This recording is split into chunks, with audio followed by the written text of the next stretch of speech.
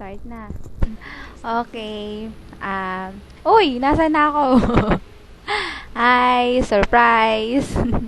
Nabigla ka, no? Hindi mo akalain makikita mo yung mukha ko.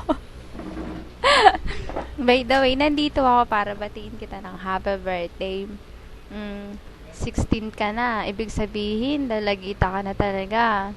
Ako, siguro may mga crush ka na, no? Pero, wag mo nang book muna before boys, okay? Okay lang yung crush-crush, wag mo lang masyadong didibdibin. O, sige, payong ano yan payong tita. O sige, para kumpleto yung pagbati ko sa'yo, babatiin kita ng happy birthday, okay? Okay. Nakakantahan pala kita. Sige. Happy birthday to you.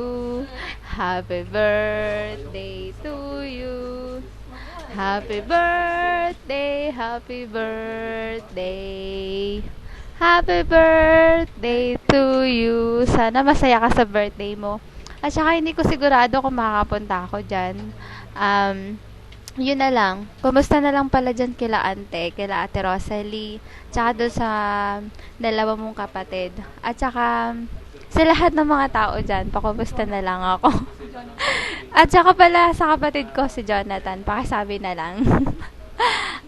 Yun lang. Tsaka ito pala yung aking ang tawag nito, kaklase nandito sa tabi ko. Tingnan mo Sabi ko nga sa kanya, batiin ka niya kaso hindi ka daw hindi mo raw siya kilala. Ayan siya, nahiya pa. Tanggalin mo kamay mo, ayan. Ayan na siya, di ba cute to? Hindi siya nag-agree. O sige, bye-bye na Sana naman naging masaya ka, tsaka okay yung bati ko sa'yo. Sige, bye-bye. Tsaka na lang, wait mo na lang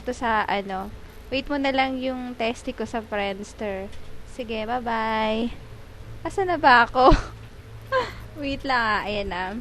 Bye-bye. Sayonara. Annyeong. Annyeong, Kim. O sige, bye-bye.